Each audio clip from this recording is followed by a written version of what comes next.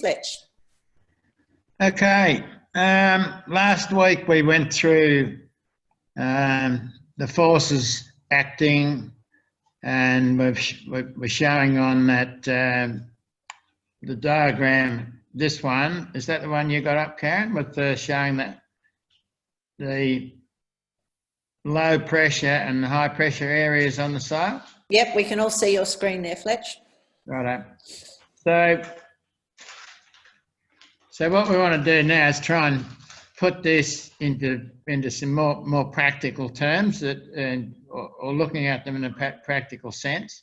So what we've done is some smart guy that does mathematics to the nth degree has worked out all the angles off these low pressure arrows that is basically sucking the sail down to leeward.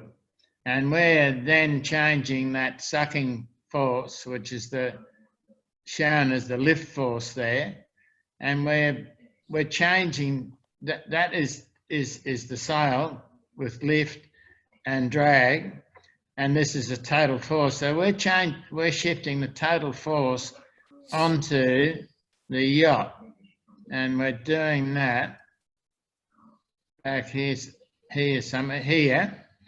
And what we're doing is we're looking at, these are the two forces that we're looking at now. We've resolved them into forces at right angles to the centre line of the boat, and the total force out here. Now, are you following this with the arrows? Yep, we can. Yeah. So this force here is the one that drives you forward, and it's shown here. That's the drive forward arrow, and it's resolved from the addition of all those sail forces. So we don't want to think about those anymore. All we want to think about now is total force, and we've resolved it at right angles to the centre line, and we get a driving force using that parallelogram of forces again. Is everybody with that? Yes, Fletch. Yeah. So we've got the side force is a big force, so it's easy to monitor, and we monitor it by feeling the force hit the sail when the wind increases, and the boat leans over. So that's easy to feel, and we have to learn how to control that. So what we're doing is we're getting the side force here. As it gets bigger, the driving force gets bigger. And again, if we go out here further, the driving force gets bigger again. Now, we discussed last week that forces that are in equilibrium either stay stationary or they go at a constant speed. So what we're doing here is as we increase the side force and the driving force, the drag starts to increase because the boat's starting to lift its speed. So when all these forces are in equilibrium, the boat is moving, but it moves at a constant speed. So if we're just sitting in, we're not fully hiking yet, we can increase. Where's my arrow gone? We can increase the side force by leaning out. So that increases the driving force, and the boat speed then starts to accelerate until the drag catches up again. Keep losing, there it is. The drag catches up here. So the forces are in equilibrium again, but we're out here now. So we've got more side force. So we've got to hike harder. So you're starting a laser, so you're the only one there to put the side force on the boat. So it's obvious the more you hike, the longer this side force can be and the bigger the driving force gets. Is everybody coping with that okay? Yeah, you hike harder, you go faster. Is that it? Isn't it flat as fast, Fletch? No, that's not what we're talking about now. I mean, hiking to get the boat flat. Yeah, we're talking about these forces now. we're increasing side force and increasing the drive, and then the drag builds up as the speed builds up. So to keep the drag as low as possible, we have to sail the boat at its optimum angle of heel. And that's what you're saying there. We're not thinking about yachts. This is a yacht drawn here. We're thinking about dinghies that are sitting up pretty straight in the water. And a laser sails at its maximum at about 6 or 7 degrees angle of heel. And we saw that in the video we watched with the medal race, that all the girls were sailing at 4 or 5 degrees angle of heel, because a laser's shape in the water, it gets through the waves better with a slight angle of heel on it than it does when it's sitting up straight. And when you sit the laser up straight, it goes bang, bang, bang in the waves, and it increases drag. If it leans over a few degrees, it's a little softer in the sea, so the drag stays more constant. And that's just a fact to do with radial sailing, and that's what we're interested in. And another thing I thought of during the week was, when you hear or read people talking about sailing, you must look to see what boats they are talking about or what they sail. Quite often you just get, Slingsby's written an article on sailing, but he's written it on a fin, and that doesn't relate to sailing a laser radial. So you need to have somebody who's written how to sail on laser radial sailing. Do we all grab that? 1000%. So we've got these forces now, and we're hiking, and we're getting more power and more power on the boat. So now we have to use the knowledge we talked about last week. Where does the power come from? Sail depth and angle of attack. That is the guts of everything we're thinking about. So you've got to think now, we're getting to the stage where we're fully hiked. And what do we have to do now? We have to start depowering the rig, because we can't hike anymore. And if the wind gets any stronger, the boat's going to lean over and pick up too much drag, and we're going to go slower. So this is how the practical sense of what we've been doing this theory about is coming to grips with now. We're hiking, we can't hike anymore, so we've got to start depowering. So how do we depower? Where does the power come from? Sail depth. We need to reduce sail depth. How do we do that on a laser radial? We sheet harder. This bends the mast and the sail gets flatter. We also use Cunningham eye more and more and more, which helps bend the mast more, and it helps keep the sail flat. So I've just talked now through the steps of depowering the mainsail. Is everybody with that? Yeah, question on that though is, once you've set your depth with your sheeting on and sheeting the main on, do you not lock it off with the vang so that you can maintain that depth profile all through your trim range? We talked about this last week too, I think, that when we watched the video of the medal race, as you get to about 7 or 8, 9 knots, you're sailing in that wind with the sheet like a hand's width apart, the blocks apart, because that increases the depth in the mainsail, and we haven't got any Cunningham eye on, and we really shouldn't have vang on at that stage, because it's better to control the boom angle and the twist of the sail, a leech load, by sheeting it at the end of the boom. As soon as we start going to the vang, we're sheeting it now where the vang attaches to the boom. So now the end of the boom gets springy and it automatically depowers. So when it's light, we want to sheet using the sheet pressure, not the vang pressure, Mhm. and we sheet with the blocks apart. And as we start hiking, we're starting and we're fully hiked, we're starting to sheet down till the boom gets block to block.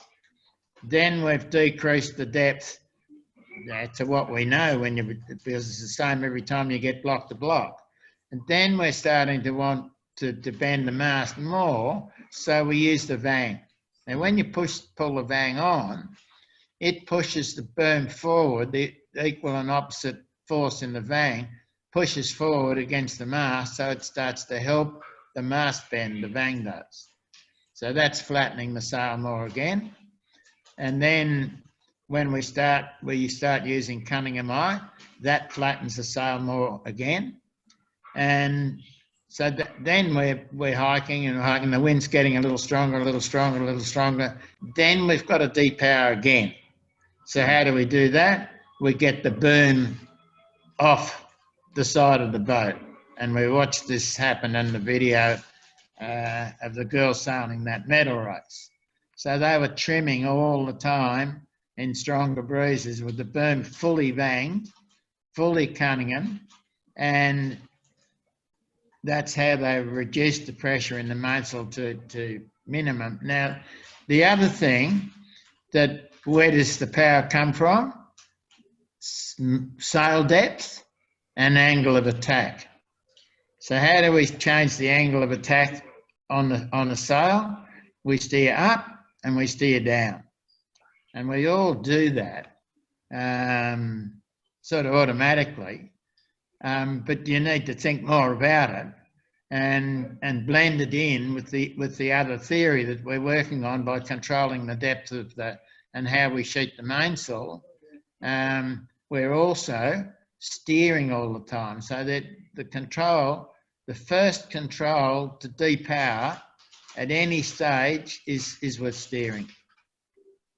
So when I'm watching you guys sail and you're sheeted block to block and you're hiking and you get pressure, I want to see the bow come up closer to the breeze. That depowers by changing angle of attack, and that's the first thing to do and the easiest thing to do. But you only can change the angle of attack and the power by small amounts. If you go up, you change it immediately and you get response. And then if you get more pressure, then you have to go to the Cunningham, the boom angle and the vang sheeting. So does that make sense? Yes. Going back to the light air, just so that I don't get the wrong idea, would you, and I hear what you say, so the boom vang isn't actually having any critical control, but would you not set the vang as a default somewhere so that when you ease, you don't suddenly lose everything out of the leech? No, you'd just pull the slack out of the vang. Yeah, okay, because that's fine. It doesn't do anything until you want it to do Copy. something. And when you want to do something with the vang, you must pull it on hard enough to start vang sheeting.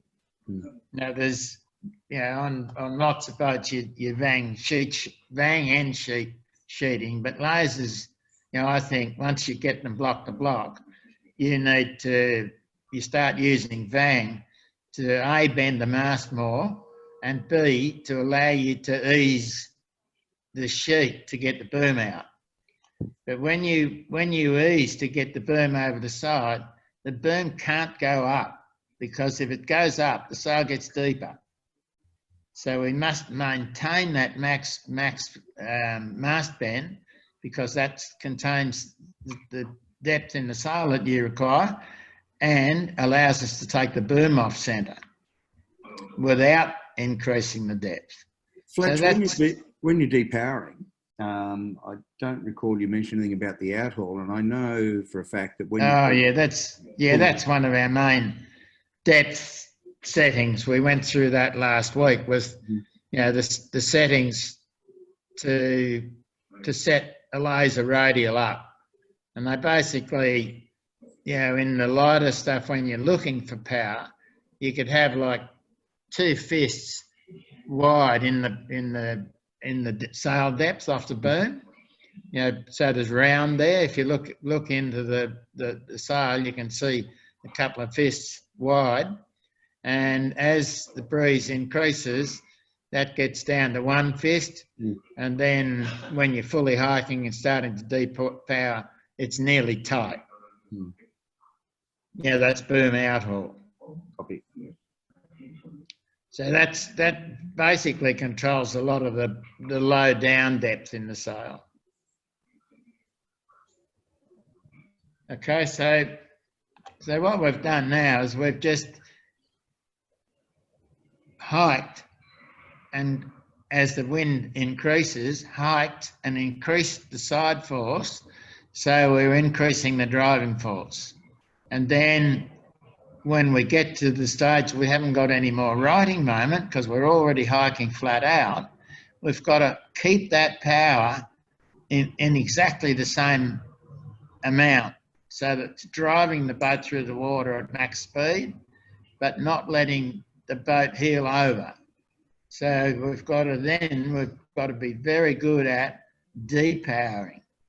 Until we're hiking fully, we're powering up and we're leaving the blocks apart and we're leaving some foot round in the sail, and we're doing all that to keep depth there. As we hike fully, we then have to think depower, and that means where does the power come? Sail depth. So reduce sail depth. Angle of attack, get the boom vang on and let the boom go over the side of the boat, but enough boom vang so we don't increase depth and increase power from depth. So you've got to just have a little computer image of these gear changes in your head, and you have to be very conscious of how the sea condition is. You can't hike anymore, so and the sea condition changes a bit. You might have to go to the boom off centre line earlier if it's rough water, whereas because the drag increases when you hit the seas, and if it's flat water you can sail high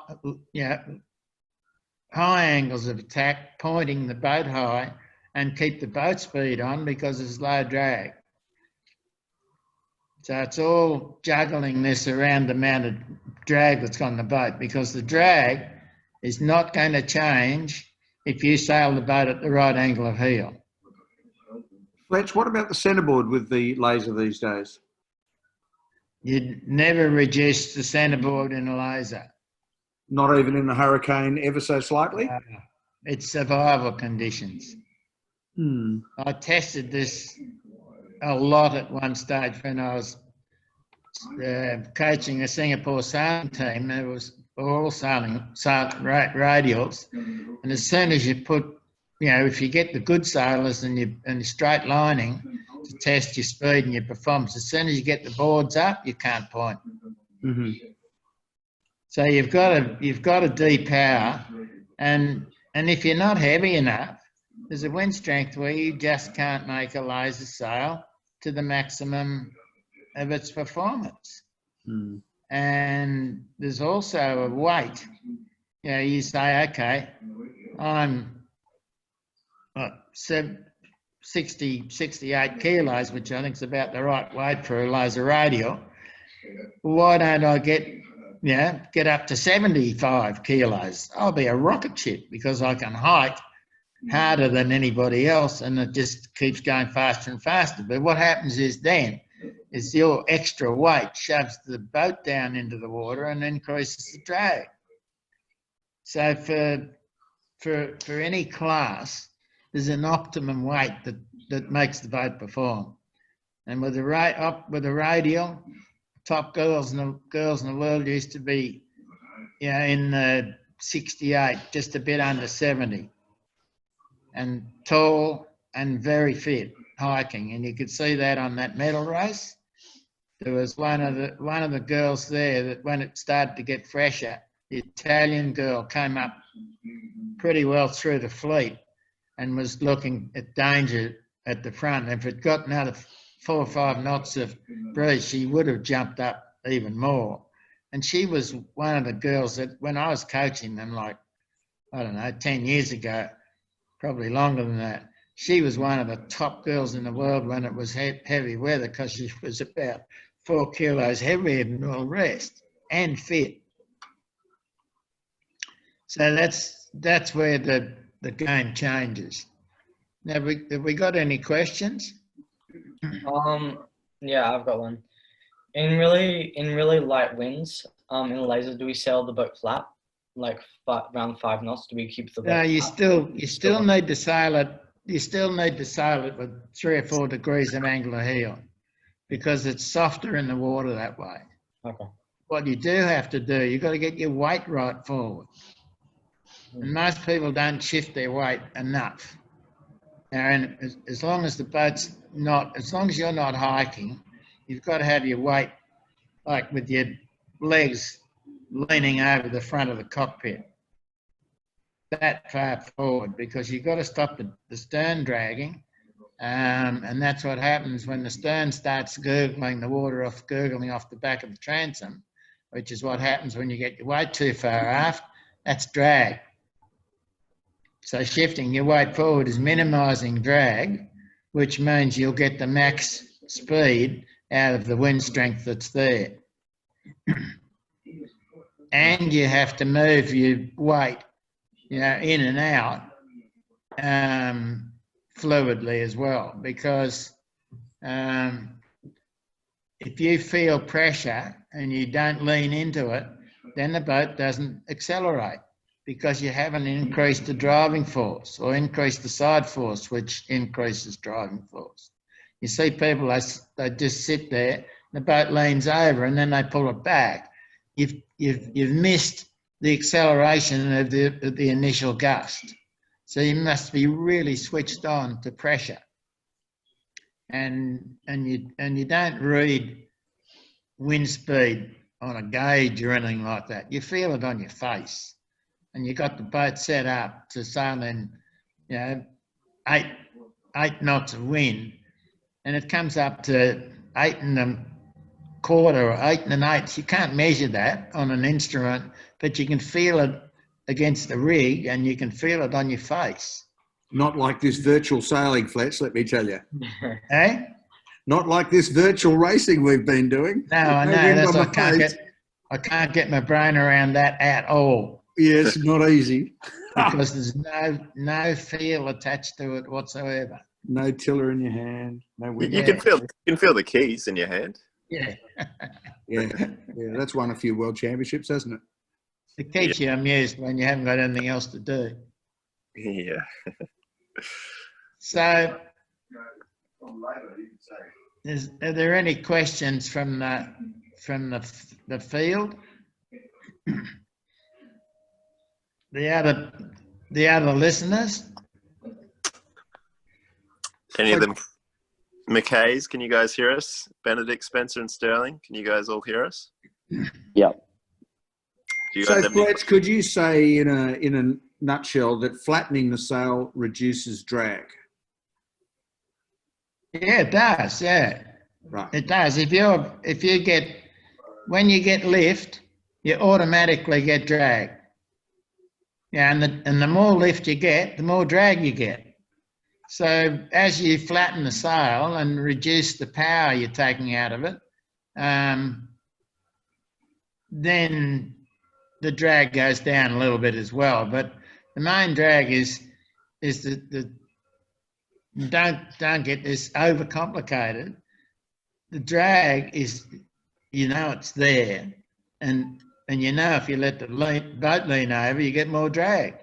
So you're trying to get constant angle of heel all the time, and we control that by steering angle and controlling angle of attack infinitely. And we then, as you get to a 3 knots increase in the wind, then you have to reconfigure the sail depth and go from bang to sheet sheeting to bang and all that stuff. So the small adjustments that keep the boat right on the absolute correct angle of heel and the max speed for the wind strength, it's all done by steering. A little bit up in the groove and down in the groove, and you can feel the power when you're doing it. You can feel the power come on and off the boat. And controlling that really accurately means that the boat keeps constant angle of heel. And when I watch a fleet going upwind, I might be driving up the harbour and I'll stop for a minute to have a look at the actual sail past. And you see the ones that are in the front, constant angle of heel. And as you get down to the back, they're going over, up and down, angle of heel like this. And when you get down to the back of the fleet, they're quite unstable with angle of heel. So the better when you look at the fleet, the top guys are all sailing really, really accurately. So, Fletch, in that vein of reducing drag and trying to be fast and everything, would you agree that the minimum amount of steering that is necessary is ideal, as opposed to oversteering, being overly aggressive and reactive? Definitely. And when you put a rudder, when you move the rudder, it has lift on it. So as soon as you get lift, there's a side force and lift as you move the rudder, and there's also drag. So every time you move the rudder, you get increased drag. It's minimal, but it's there. And when I was coaching years ago, and you get these trends, and it was in lasers. Somebody won a world championship and he used to hack the tiller around, and then everybody started doing it. And I started coaching them and saying, what are you doing that for? And I used to tie a piece of rope on their tiller and make them steer with the string, because you couldn't push it away, you could only pull it. So then you had to feel the boat really accurately and just ease the rope, and the boat would climb into a gust and just put a little bit of load on it. So you had to be very light with your steering. And if we were doing a group straight lining, whoever had the rope on their tiller was the quickest. Absolutely, with no doubt. We only ever did it, Fletch, because we were poor and couldn't afford tiller extensions. Yeah. I had a guy in the 29ers a while back that broke his tiller extension. And I said, here, I'll give you a piece of cord, tie that on your tiller. He said, oh, geez, I won't be able to do that. I said, just do it. You can do it. And he sailed the whole race with the rope on. He came back after and he said, that's the best I've ever gone. 100%. And he learned how to do it in about 5 minutes. So, yeah, so that's, and the other thing is too, if you're not feeling it that well, use the tiller, because that's what it's there for.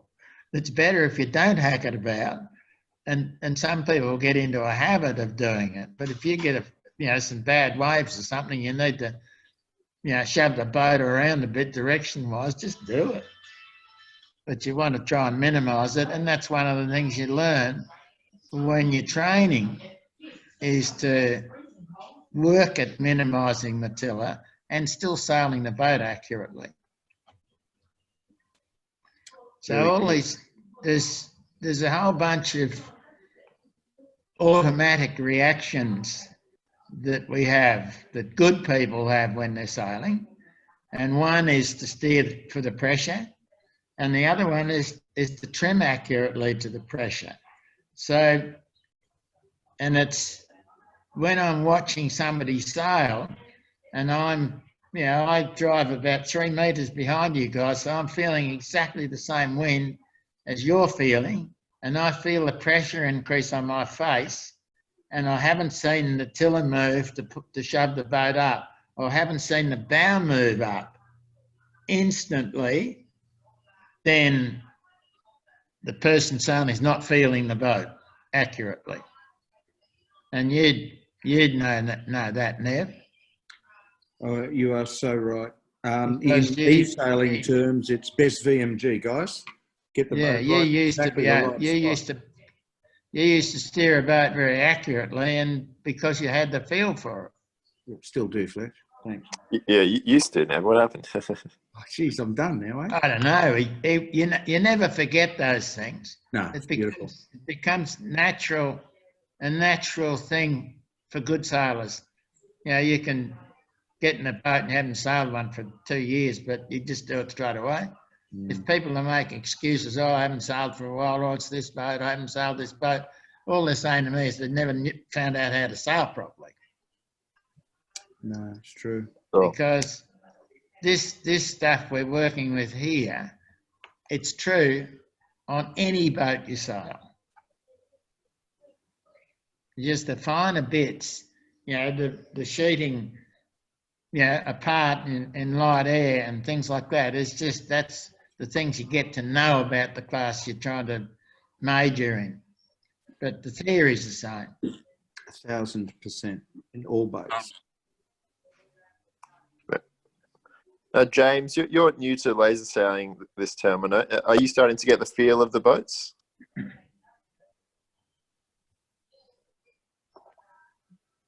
Can you hear me, James? I think you might just be on mute.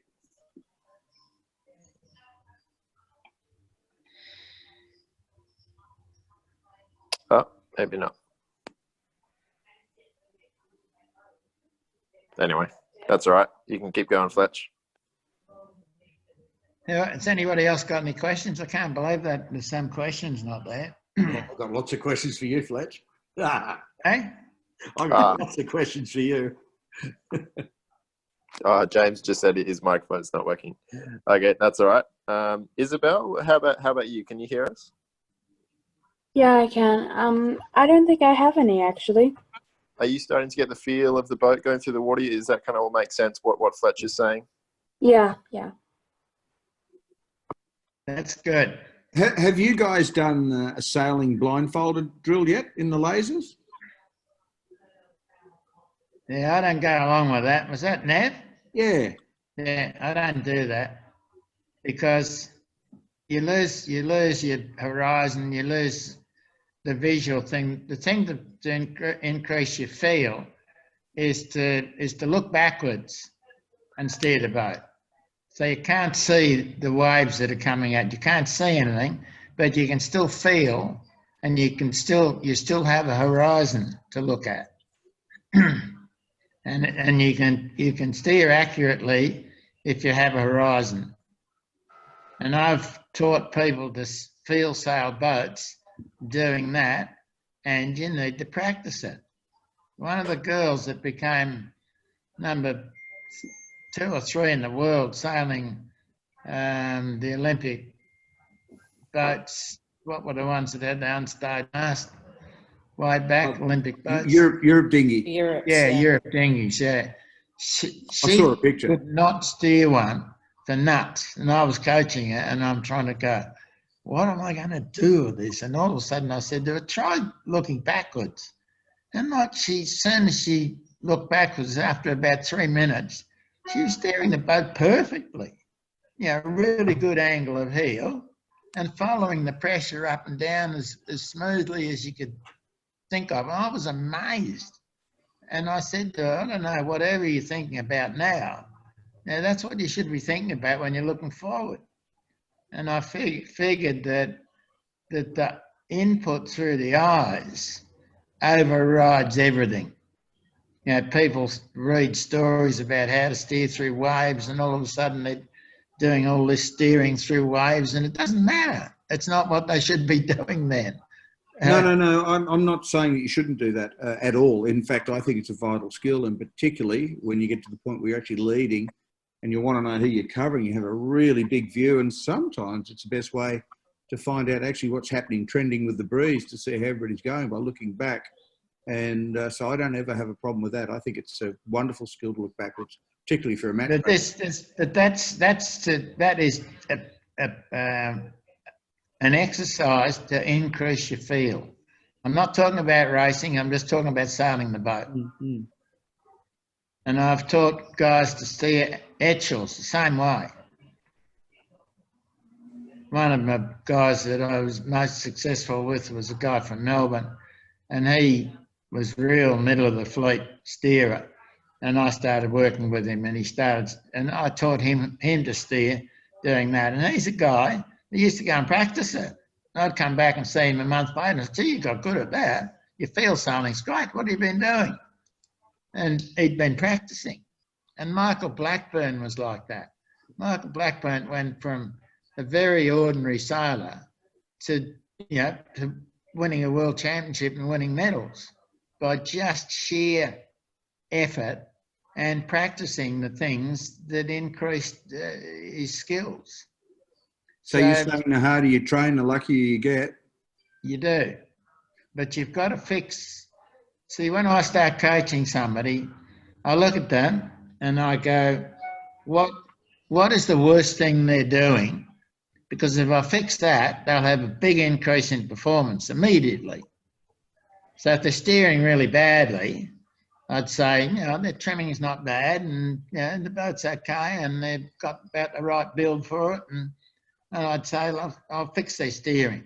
And I'd give them a bit of string to put on it so that they couldn't hack it around, and get them to feel more and watch the waves coming towards them so that they know if this wave hits the bow, it's going to knock the bow away.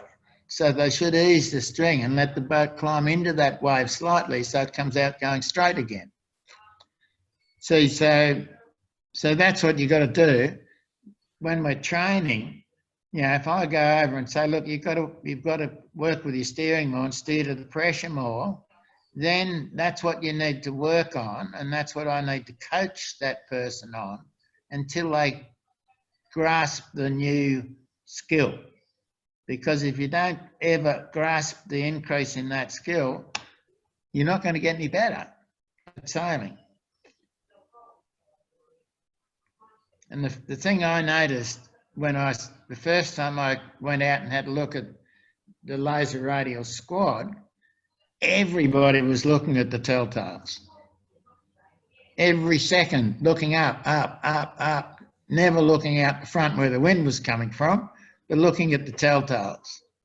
That's not how you learn to sail a boat. And I had the same thing when I started coaching the 29ers, it was the same. And I said, right, guys, we're going out training next week, and I just went round and pulled all the telltales off, the jibs, and said, right, start field sailing the boats. And their steering got better noticeably in one session.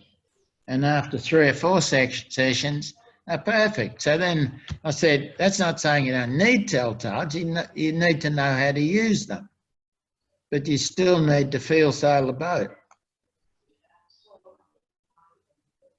And telltales is good when you go, there's a wobbly bit of wind here and not too sure what's going on, and you can glance around and see what the telltales are telling you. Fletch, does that lead into your next slide, which you're talking about the groove? Yeah, that's steering the grooves. Thanks, Karen. I think it's that is steering up and down, and it's changing the power on the boat with the steering. It's straight angle of attack thing. So when you're steering middle of the groove, you've got both telltales on. These are jibs drawn here, but it's the same on a laser radial. And there's a spot where the telltales work better, and it's not low down, it's about a third of the way up or somewhere. I remember we worked it out at one stage, and we had one up there and one down lower and not too close to the mast.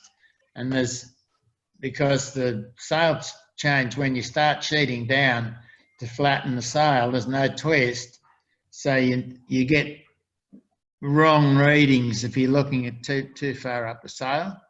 So I'll try and figure out where that position is, and we should have telltale on there and use it, because if you're sailing middle of the groove and you get pressure, you should change into the top of the groove so that the windward telltale's just moving around a bit.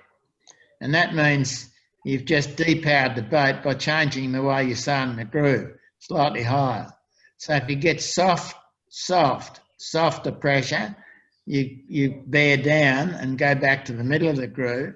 And then if you get down power again, you can sail bottom of the groove with the leeward telltale just wobbling a bit. And that means you're getting some separation from, like this one here, you're getting separation off the leeward side, but then it's reattaching and picking up the power again. So this is the one here. Are we changing things when I change the? You must be fiddling with your mouse, Fletcher. Yeah, I was. I was forgetting it was changing everybody's. But this is the diagram I'm looking at for the groove. See, this one's the leeward telltale's just moving a bit, but then it's reattaching. That is maximum angle of attack. So maximum power. And this is, if you get too low and the jib stalls, or sail stalls, well, you lose all the power. So this is where you don't want to go. And sometimes when you're sailing into light and you're looking down to try and find the low groove, you get a little bit too low and all of a sudden you lose everything. So that's when your telltales, you want to be looking and see that that hasn't happened to you, and then get back into the field place again. And the other thing that happens if you, and this is not that important with laser radials, because you can't control the way the leech sets up. You can't ease the sheet and twist the sail like you can in a mast that's got stays on it. But yours sheeting it on, and you're getting the top is sheeted too hard, but the middle and the bottom is all good. So you're getting the most part of your sail working.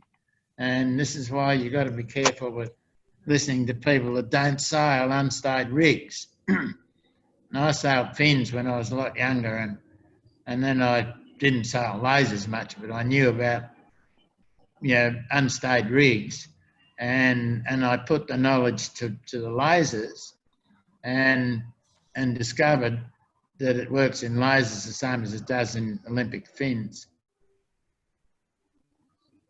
I'm looking for something. So what were we talking about then? Oh, the groove, yeah. So this is top of the groove,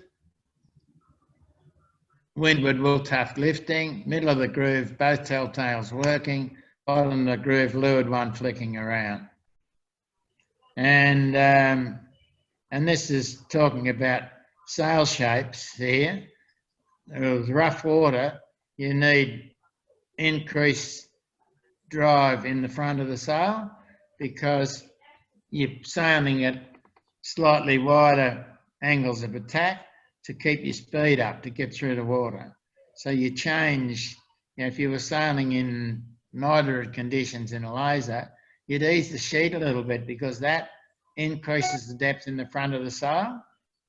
And if you were sailing in flat water, you'd have it sheeted a bit harder because you'd want the angle of entry lower so that the boat will point higher.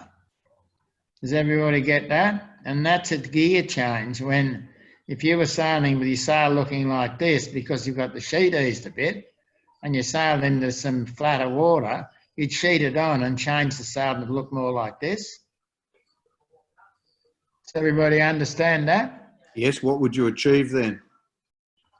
Well, you just achieve optimum performance because you're sailing in rough water and you've got the sail set up like this. You can't bear down and lift your speed and just get enough speed to roll through the water, the rough water. With waves, you need more constant speed on the boat because that's how you get through the water at a more even speed. Because when you're sailing in rough water, the boat's hitting a wave and that brings the drag up and the boat slows, so you need it to accelerate again. So you have got to have the sail in acceleration mode all the time. And you need to be trimming it. You know, when you're sailing in rough water, you get quite a lot of bits where the water's flat, and you trim on with an unstayed rig, and flatten the entry a little bit, and you can point high. As soon as you see rough waves coming again, you ease and come down in the groove slightly and drive through the sea. So you must have good wave recognition. And those girls, when they were sailing in that medal race, you could see in the lighter part, which was the first work, they weren't trimming very much, but because they were sheeted on hard and that was the right power. But as soon as it got fresher and they were starting to get the boom off centre line and over the edge of the boat, then they were trimming a lot, because they were trimming on to get through some smooth water and then deepen it to get through the rough stuff. So that's why that video was good to watch, because they had cameras on the boats and you could see exactly how they were steering and exactly how they were trimming. Did everybody appreciate that better now? I think so, Fletch. Because it was a really good example of accurate steering and accurate boat handling skills. So this thing I've got up here now, we've got a jib and a mainsail, and the boom is not way out over the side. It's trimmed on the centre line, and that's because there's less pressure difference across the sail here. And the aerodynamic theory says the higher angles of attack you're using, the more likely the sail is to stall. So you see main and jib boats trimming on centre line because there's less pressure difference, but the jib has big pressure differences, so it's a very efficient sail. So they're sheeting on centre line, and I've seen sometimes laser people get out of twin sailboats and get in a laser and they try and sheet it in here somewhere. Doesn't work, because of the reason it's only a single sail and you're sailing it with more flow across the sail and higher pressure differences. So all cat rig boats sheet pretty much towards the corner of that hull out here somewhere.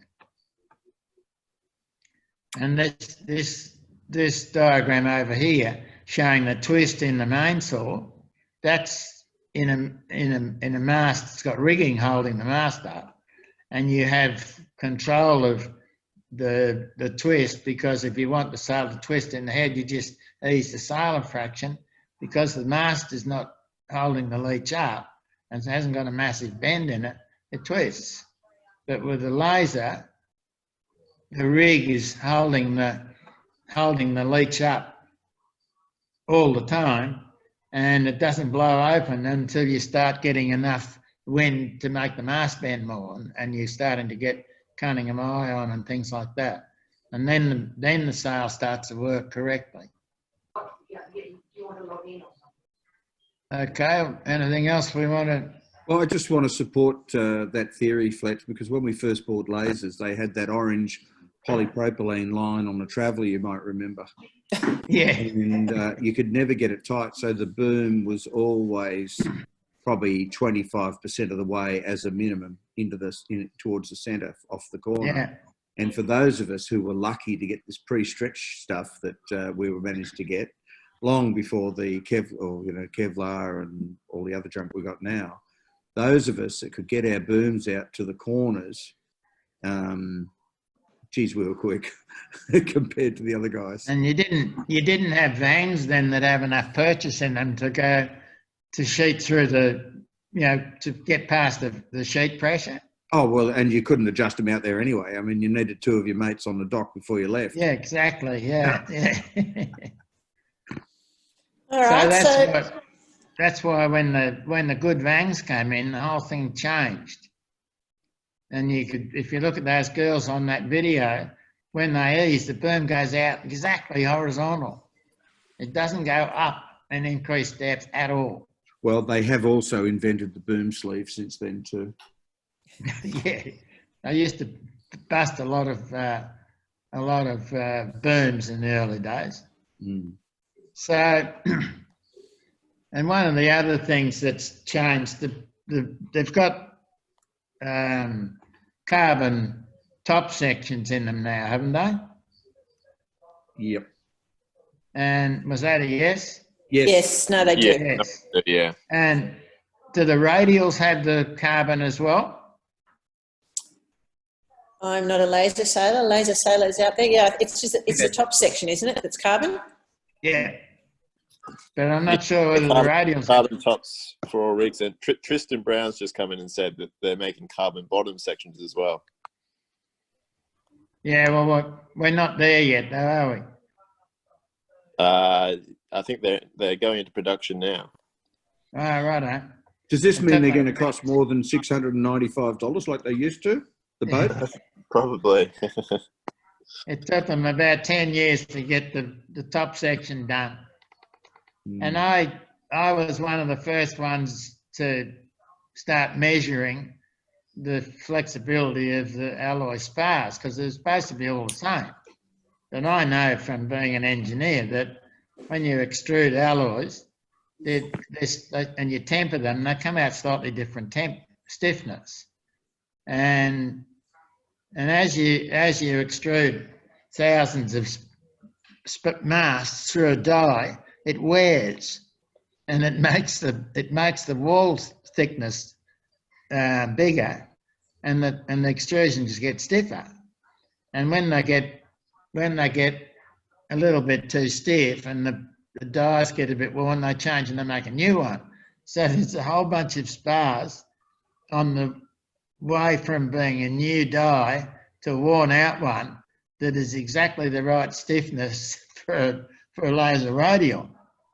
And I know the smart guys that knew about it, they used to go down to a club that had, lots of lasers, and they'd get all the sections out and they'd weigh them, because the heavy sections were always the stiffest because the walls were thicker. And the ones that didn't have too good of morals, they'd just take 3 or 4 of the stiff ones and leave their mast feet. Well, I had good morals, Fletch, but I had about 10 different top sections. Yeah. But I did have good morals. It was okay. I remember somebody telling me that they're over in Europe and their mask got a bit soft and they just went into a laser place and took about 6 that are heavier and left theirs in the same place. That's naughty. The average person wouldn't know the difference. All right. I did it. We might wrap it up there, Fletch. I think we're getting close to the hour. Oh, God, are we? So it does. Unless Quickly anyone when had you're one having last fun. question. Thanks again, everybody, for joining us today, and thanks very much, Fletch, for sharing your knowledge with us once again. One thing that we've got to get this squad better at is not being embarrassed to ask a question, because we're all in this together. And Nev's the most knowledgeable one amongst us, but he asked a lot of questions, and that's what you got to learn to do. I always say, like, squad's in this together. We've got to train together, we've got a straight line, and we've got to help each other get fast, because the faster we get, the better shape we're going to be in. And a lot of people go, oh, I don't want to share my secrets. Like we had in the tornadoes, we had 3 guys that trained with us for 12 years. That's all we had as training partner, those 3 guys. And we used to swap everything. We knew exactly how the boats were set up, how heavy everybody was, and what sails they were using. And we went out and we were in good shape, like everybody was in good shape. And faster than the guys who weren't training in groups. So you always got to get over that, bring the group up, and you'll succeed in the championships. Yeah, it definitely is more rewarding watching everybody lift their level. So 100%, 1000%. So next time I say, where does the power come from? Sail depth and angle of attack. And how do we control them? They're the things you've got to just, when you have a speed problem, you've got to be able to look up at the sail and go, oh, it's too deep. How do I flatten it? Bang, bang.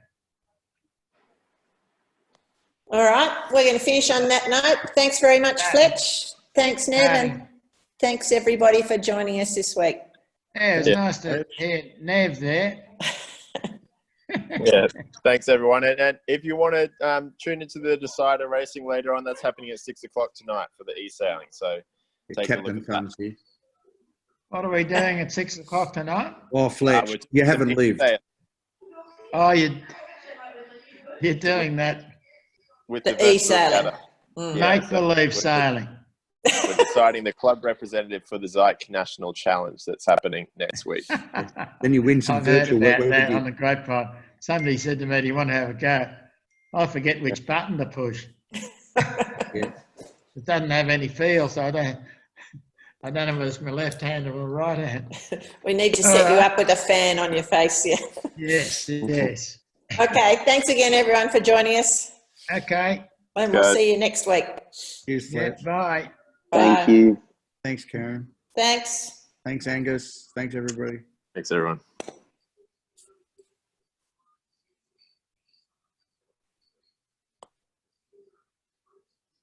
Hey, Karen, are you going to be around on Tuesday? I can be. Okay. If you're going to come in, let me know. Yeah, I was going to try and come in. I've got, I think I've got to take my brother to see his heart surgeon over there. And if I could possibly mix both, because we've got builders in all week next week. So I'm minimising the number of trips away from the